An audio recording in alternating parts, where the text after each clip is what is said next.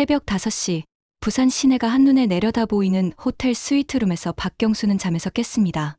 65의 나이에도 여전히 규칙적인 기상시간을 지키는 습관은 변하지 않았지만 오늘 아침은 달랐습니다.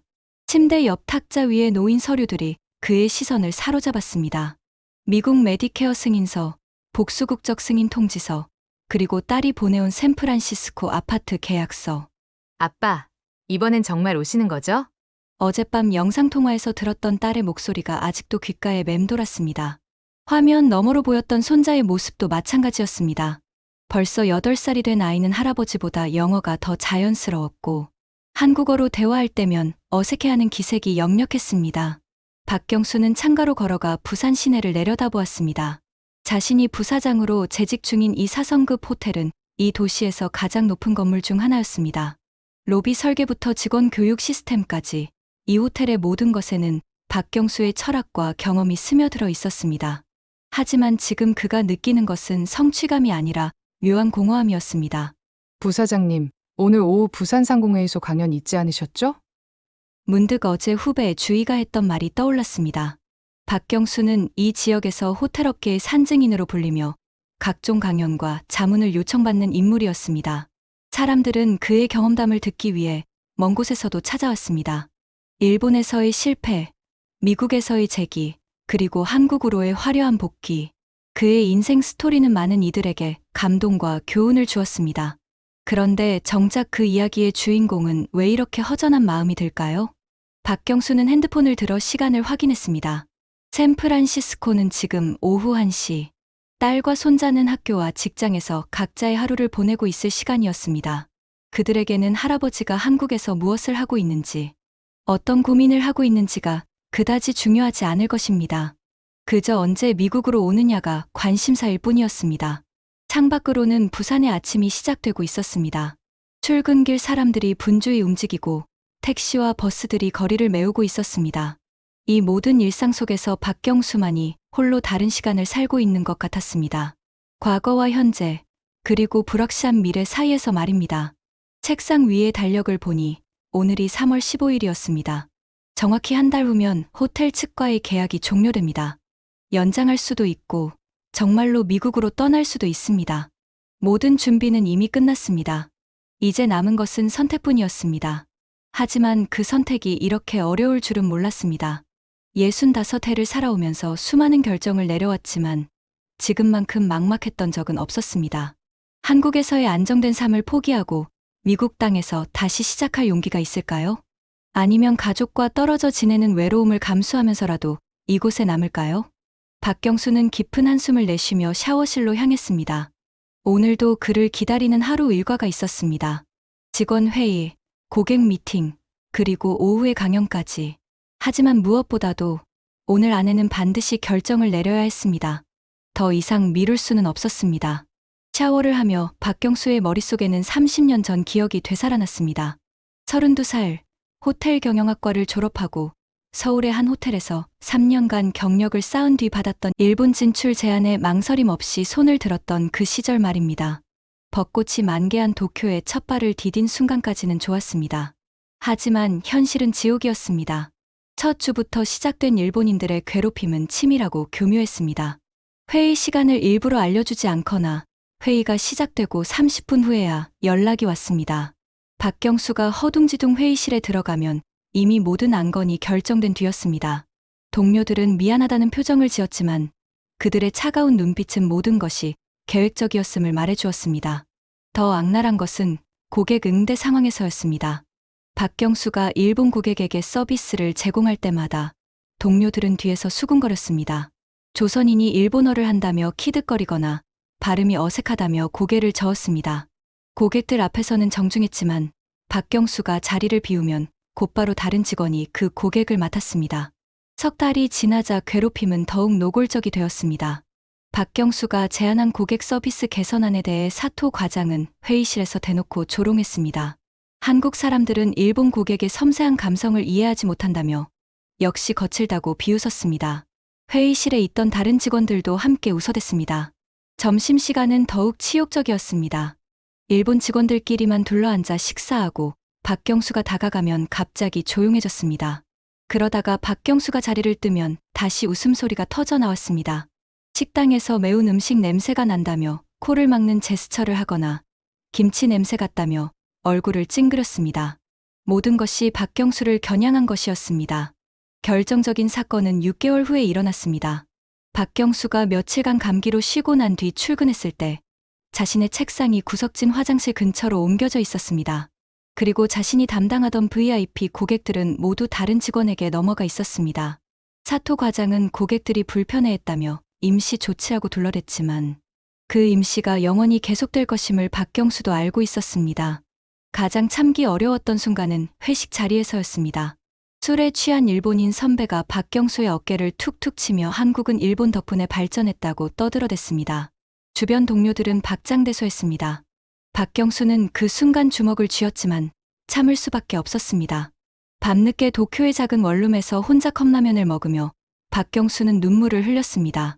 능력이 부족해서가 아니라 단지 한국 사람이라는 이유만으로 당하는 모멸감이 너무나 견디기 어려웠습니다. 매일 아침 출근길에서 느끼는 무력감과 굴욕감은 젊은 박경수의 자존심을 갈갈이 찢어놓았습니다. 결국 1년 반 만에 한국으로 도망치듯 돌아왔습니다. 그때의 굴욕과 패배감은 30년이 지난 지금도 가슴 깊숙이 상처로 남아있습니다. 일본에서 돌아온 지 2년이 지났을 때 박경수에게 생각지도 못한 기회가 찾아왔습니다. 대학 동기이자 호텔 경영학과 동창인 김태호로부터 온 국제전화였습니다. 김태호는 박경수보다 3년 먼저 미국으로 건너가 샌프란시스코에서 호텔업에 종사하고 있었습니다. 그는 박경수의 일본 경험을 모두 알고 있었고 그래서 더욱 신중하게 제안을 해왔습니다. 전화기 너머로 들려온 김태호의 목소리에는 확신이 담겨 있었습니다. 미국은 일본과 다르다고 능력만 있으면 어디 출신인지는 중요하지 않다고 했습니다. 물론 언어의 장벽은 있겠지만 박경수의 경험과 전문성이면 충분히 극복할 수 있을 것이라고 격려했습니다. 하지만 박경수는 쉽게 결정할 수 없었습니다. 일본에서의 상처가 아직도 아물지 않았기 때문입니다. 또다시 낯선 땅에서 외국인으로 살아간다는 것에 대한 두려움이 컸습니다. 그런 박경수에게 김태호는 한 가지 제안을 했습니다. 먼저 관광 비자로 와서 2주 정도 샌프란시스코 생활을 직접 체험해보라는 것이었습니다. 그 후에 결정해도 늦지 않다고 했습니다. 그렇게 박경수는 처음으로 미국 땅을 밟았습니다. 공항에 내렸을 때의 첫인상은 놀라웠습니다. 공항 직원들의 표정에서 일본에서 느꼈던 그 차가운 시선을 찾아볼 수 없었습니다. 물론 친절하다고 할 수는 없었지만 적어도 적대적이지는 않았습니다. 김태호가 근무하는 호텔은 샌프란시스코 다운타운에 있는 중급 호텔이었습니다. 박경수는 이곳에서 2주 동안 김태호의 업무를 지켜보며 미국 호텔업계의 분위기를 파악했습니다. 가장 인상 깊었던 것은 직원들 간의 관계였습니다. 물론 완전히 수평적이지는 않았지만 일본에서 경험했던 그런 위계 질서나 배타성은 느껴지지 않았습니다. 흑인, 히스패닉, 아시아계 등 다양한 인종의 직원들이 함께 일하고 있었고 각자의 전문성을 인정받고 있는 모습이었습니다. 김태호는 박경수를 동료들에게 소개했습니다. 한국에서 온 호텔 전문가라고 소개하자 사람들은 관심 있는 표정으로 박경수를 바라봤습니다. 일본에서처럼 경계하거나 무시하는 기색은 전혀 없었습니다. 특히 인상적이었던 것은 멕시코계 매니저인 카를로스와의 만남이었습니다. 그는 박경수에게 자신도 20년 전 멕시코에서 왔을 때 언어와 문화 때문에 고생했다며 하지만 미국에서는 열심히 하면 기회를 주는 나라라고 말했습니다. 2주 동안의 체험은 박경수에게 새로운 용기를 주었습니다. 물론 쉽지 않을 것이라는 것은 알고 있었지만 일본에서와는 분명히 다를 것이라는 확신이 생겼습니다. 한국으로 돌아온 박경수는 고민을 거듭했습니다. 하지만 결국 결심을 굳혔습니다. 이번만큼은 제대로 해보자고, 일본에서의 실패를 만회해보자고 마음먹었습니다. 그렇게 각오를 다진 박경수는 다시 샌프란시스코행 비행기에 몸을 맡겼습니다. 이번에는 관광객이 아니라 새로운 인생을 시작하려는 이민자로서 말입니다. 비행기 창밖으로 내려다 보이는 태평양을 바라보며 박경수는 다짐했습니다. 이번에는 꼭 성공해보겠다고, 한국인으로서의 자존심을 지켜보겠다고. 샌프란시스코에 도착한 첫날 밤, 박경수는 김태호와 함께 앉아 맥주를 마시며 미래에 대해 이야기했습니다. 언어는 배우면 되고 문화는 적응하면 되지만 가장 중요한 것은 포기하지 않는 마음이라고 김태호는 말했습니다. 그리고 미국에서는 정말로 노력하는 만큼 기회가 온다고 덧붙였습니다. 샌프란시스코에 온 지 3년이 지난 여름, 박경수는 이미 호텔의 중간 관리직으로 자리를 잡고 있었습니다. 처음에는 프론트 데스크에서 시작했지만 성실함과 전문성을 인정받아 고객 서비스 매니저로 승진한 상태였습니다. 그날은 특별히 더운 7월의 어느 금요일 오후였습니다. 호텔에는 한국의 한 호텔 그룹에서 온 임원진이 투숙하고 있었습니다. 그 중에는 조철현 상무도 포함되어 있었는데 그는 미국 호텔업계 시찰차 일주일간 머물 예정이었습니다. 오후 3시경 호텔 수영장에서 사건이 터졌습니다. 한국인 관광객 가족의 8살 아이가 수영장에서 놀다가 미국인 중년 남성과 몸이 부딪혔습니다. 아이는 그저 물장구를 치며 놀고 있었을 뿐인데 그 남성은 갑자기 화를 내며 소리를 지르기 시작했습니다. 상황은 순식간에 악화되었습니다. 미국인 남성은 아이의 부모에게 거친 말을 퍼부었고 영어를 잘 못하는 한국인 부모는 어찌할 바를 몰라 했습니다. 주변에 있던 다른 투숙객들도 하나둘 모여들어 구경하기 시작했습니다. 가장 심각한 문제는 그 미국인 남성이 호텔의 VIP 고객이었다는 점이었습니다. 샌프란시스코 지역의 유명한 변호사로 매년 수십만 달러를 호텔에 지출하는 중요한 고객이었습니다. 반면 한국인 가족은 단순한 관광객이었습니다. 현장에 먼저 도착한 수영장 직원은 당황한 나머지 제대로 된 조치를 취하지 못했습니다. 그저 양쪽을 달래려고만 했을 뿐 상황은 점점 더 격화되었습니다. 급기야 그 변호사는 호텔 매니저를 당장 부르라며 고성을 지르기 시작했습니다. 박경수는 프런트에서 급보를 받고 즉시 현장으로 달려갔습니다. 도착하자마자 상황을 한눈에 파악했습니다. 한쪽에서는 울고 있는 아이와 당황한 한국인 부모, 다른 쪽에서는 분노에 찬 미국인 변호사, 그리고 주변에는 점점 늘어나는 구경꾼들. 박경수는 먼저 변호사에게 다가가 차분하고 정중한 목소리로 말했습니다. 상황을 정확히 파악하기 위해 잠시만 시간을 달라고, 그리고 이런 불편을 끼쳐드린 것에 대해 진심으로 사과한다고 했습니다. 그 다음 한국인 가족에게는 한국어로 상황을 설명하며 안심시켰습니다. 아이는 잘못한 것이 없으니 걱정하지 말라고, 자신이 모든 것을 해결하겠다고 약속했습니다. 박경수는 신속하게 몇 가지 조치를 취했습니다. 먼저 수영장 CCTV 영상을 확인해서 정확한 사건 경위를 파악했습니다. 영상을 보니 아이는 단순히 놀고 있었을 뿐이고 실제로는 변호사가 수영하다가 아이 쪽으로 다가온 것이 확인되었습니다. 하지만 박경수는 이 사실을 변호사에게 직접적으로 지적하지 않았습니다. 대신 VIP 라운지로 변호사를 모시고 가서 최고급 위스키를 대접하며 대화를 시작했습니다. 박경수는 변호사에게 호텔 측의 관리 부족을 인정하며 사과했습니다. 그리고 이런 일이 다시 발생하지 않도록 수영장 안전 관리를 더욱 강화하겠다고 약속했습니다. 동시에 변호사의 다음 방문 때 특별한 혜택을 제공하겠다는 제안도 했습니다.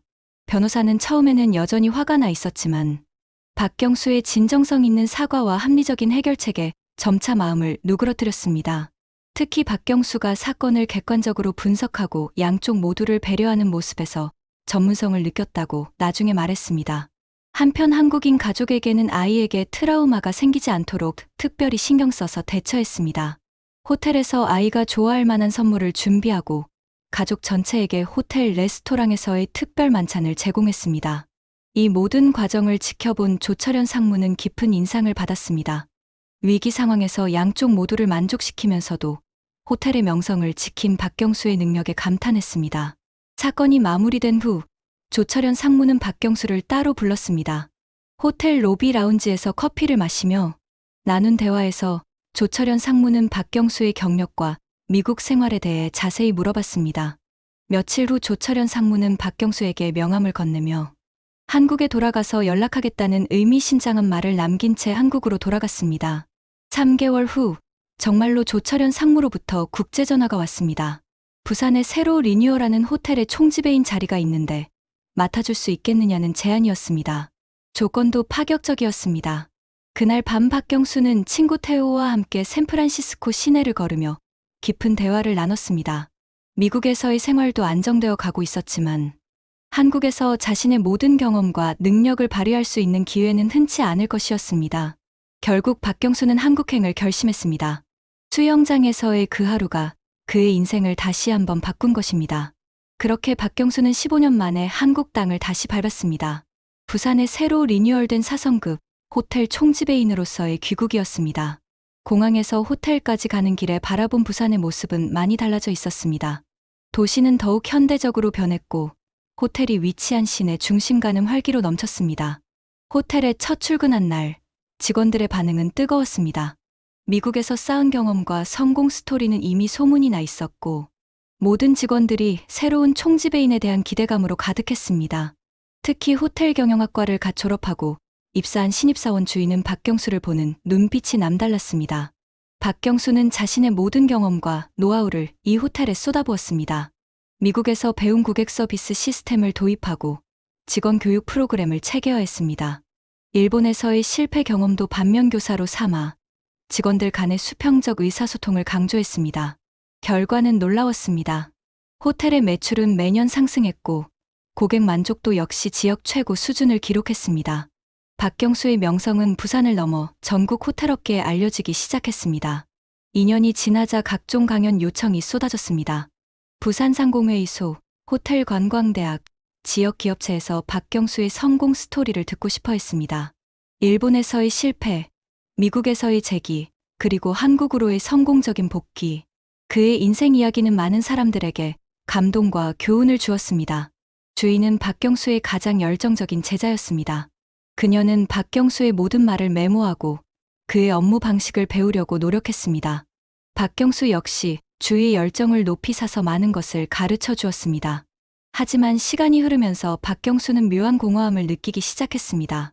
호텔은 성공적으로 운영되고 있었고 직원들은 그를 존경했지만 깊은 인간관계는 형성되지 않았습니다. 업무 시간에는 모든 사람이 박경수 주위에 모였지만 업무가 끝나면 각자의 생활로 돌아갔습니다. 특히 동료 임원들과의 관계에서 이런 느낌이 강했습니다. 겉으로는 화기애애했지만 박경수가 성과를 낼 때마다 질투하는 시선들을 느낄 수 있었습니다. 본사에서 박경수를 높이 평가할수록 동료들의 견제는 더욱 교묘해졌습니다. 5년이 지나자 상황은 더욱 복잡해졌습니다. 박경수가 60에 가까워지면서 후임자 문제가 거론되기 시작했습니다. 본사에서는 박경수의 연임을 원했지만 내부에서는 새로운 인물을 원하는 목소리들이 나오기 시작했습니다. 어느 날 박경수는 우연히 몇 명의 부서장들이 나누는 대화를 들었습니다. 그들은 박경수가 너무 오래 자리를 지키고 있다며 새로운 변화가 필요하다고 말하고 있었습니다. 물론 박경수를 직접 비판하지는 않았지만 그들의 진심을 알 수 있었습니다. 박경수가 가장 답답했던 것은 자신이 축적한 경험과 노하우를 제대로 전수할 사람을 찾기 어렵다는 점이었습니다. 주인은 열정이 있었지만 아직 경험이 부족했고 다른 직원들은 당장의 성과에만 관심이 있을 뿐 깊이 있는 학습을 원하지 않았습니다. 강연을 할 때도 마찬가지였습니다. 사람들은 그의 이야기를 재미있게 듣고 박수를 쳤지만 정작 그 교훈을 자신의 삶에 적용하려는 사람은 많지 않았습니다. 모든 것이 일회성소비였습니다. 어느 날 저녁 박경수는 호텔 옥상에서 부산 시내를 내려다보며 생각에 잠겼습니다. 자신이 이룬 성공이 과연 무엇을 의미하는지, 이 자리에서 더 이상 무엇을 할 수 있는지에 대해 고민했습니다. 성공은 했지만 마음을 나눌 사람은 없었습니다. 인정받고 있지만 진정한 만족감은 느낄 수 없었습니다. 그리고 무엇보다도 점점 가까워지는 은퇴를 생각하면 막막했습니다. 그때 문득 딸에게서 온 메시지가 떠올랐습니다. 미국 메디케어 신청이 가능해졌다는 내용이었습니다. 복수 국적 취득도 거의 마무리 단계에 있었습니다. 선택의 시간이 다가오고 있었습니다. 부산에 정착한 지 벌써 14년이 되었습니다. 호텔에서의 지위는 확고했지만 개인적인 삶은 점점 더 조용해져 갔습니다.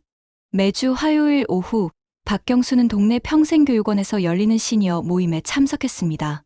은퇴한 교사, 공무원, 자영업자들이 모여 차를 마시며 이런저런 이야기를 나누는 소박한 모임이었습니다.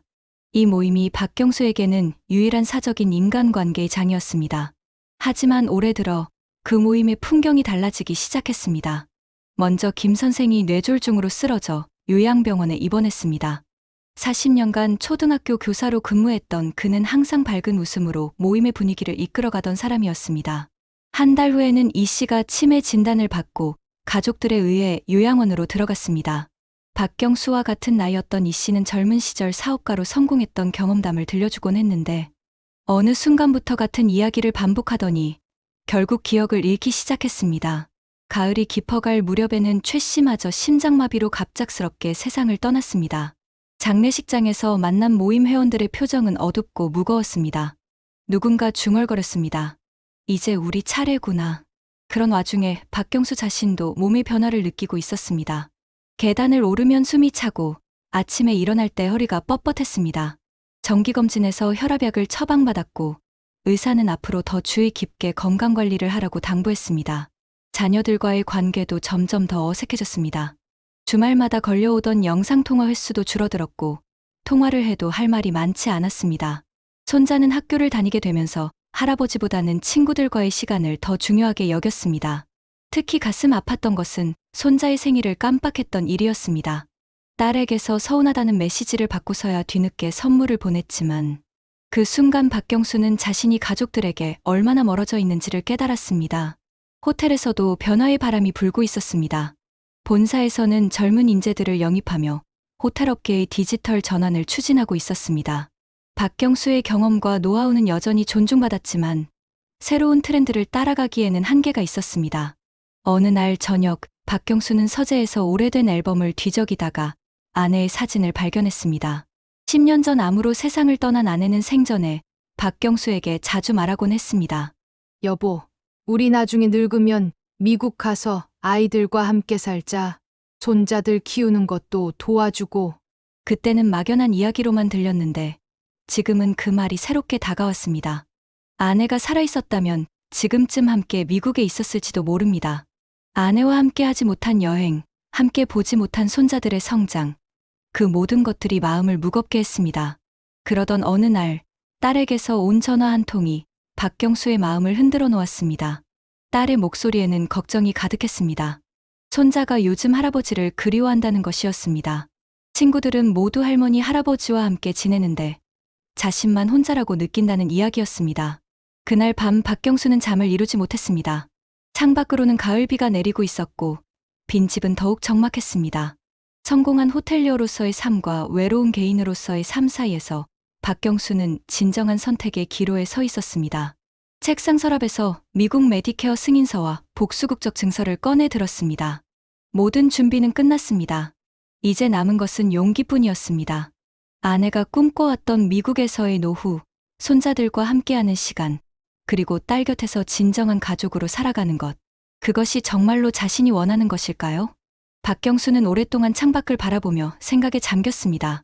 어쩌면 이제는 성취보다 관계가, 성공보다 행복이 더 중요한 때가 온 것인지도 모릅니다. 그리고 문득 아내와 함께 약속했던 오리건 트레일 여행이 떠올랐습니다. 함께하지 못했지만 이제라도 그 약속을 지킬 때가 온 것인지도 모릅니다. 밤 11시, 부산 호텔의 로비는 고요했습니다. 마지막 고객들마저 객실로 올라간 후 박경수는 혼자 로비 한가운데 서 있었습니다. 내일이면 이곳을 떠납니다. 15년간 자신의 모든 것을 쏟아부은 이 공간과의 마지막 밤이었습니다. 주위가 조용히 다가왔습니다. 이제 35이 된 그녀는 박경수가 떠난 후 부총지배인으로 승진할 예정이었습니다. 박경수의 가르침을 받으며 성장한 그녀가 이 호텔의 미래를 이어갈 것입니다. 부사장님, 정말 가시는 거예요? 주위의 목소리에는 아쉬움이 묻어났습니다. 지난 몇 주간 인수인계를 받으면서도 그녀는 박경수의 결정을 완전히 이해할 수 없다고 했습니다. 이렇게 성공적으로 운영되고 있는 호텔을 두고 왜 떠나려 하는지 모르겠다고 했습니다. 박경수는 로비 소파에 앉으며 주위에게 자리를 권했습니다. 15년간 이곳에서 보낸 시간들이 파노라마처럼 스쳐 지나갔습니다. 첫 출근 날의 떨림, 첫 번째 큰 행사의 성공, 직원들과의 크고 작은 갈등들, 그리고 수많은 고객들과의 만남들. 주희야, 내가 이곳에서 할 수 있는 모든 것은 다 했어. 이제는 다른 사람이 새로운 것들을 시도해 볼 때가 됐지. 박경수의 말에 주인은 고개를 저었습니다. 하지만 박경수는 이미 마음을 정했습니다. 성공의 정점에서 떠나는 것이 아름다운 마무리라고 생각했습니다. 인수인계 서류를 모두 정리한 후 박경수는 혼자만의 시간을 가졌습니다. 호텔의 모든 층을 천천히 돌아보며 마지막 점검을 했습니다. 자신이 직접 설계에 참여한 로비, 고객 서비스의 혁신을 이룬 프런트 데스크, 수많은 회의를 진행한 연회장들, 스위트룸에서 창밖으로 부산 시내의 야경을 바라봤습니다. 15년 전 처음 이곳에 왔을 때와는 많이 달라진 도시의 모습이었습니다. 박경수 자신도 많이 변했습니다. 미국에서 돌아온 야심찬 중년 남성에서 이제는 인생의 후반부를 고민하는 노인이 되었습니다. 마지막으로 자신의 사무실로 들어갔습니다. 벽에 걸린 각종 표창장과 감사패들, 그리고 직원들과 함께 찍은 사진들을 하나씩 내렸습니다. 이 모든 것들이 자신의 15년을 증명하는 흔적들이었습니다. 서랍에서 미국행 항공권을 꺼내 들었습니다. 샌프란시스코를 거쳐 포틀랜드로 가는 여행이 시작될 것입니다. 그리고 거기서 딸과 손자를 만나 오리건 트레일을 따라 캠핑 여행을 할 예정입니다. 새벽 2시가 되어서야 박경수는 사무실 불을 껐습니다. 복도를 걸어 나오면서 마지막으로 호텔 전체를 둘러봤습니다. 야간 근무 직원들이 각자의 자리에서 묵묵히 일하고 있었습니다.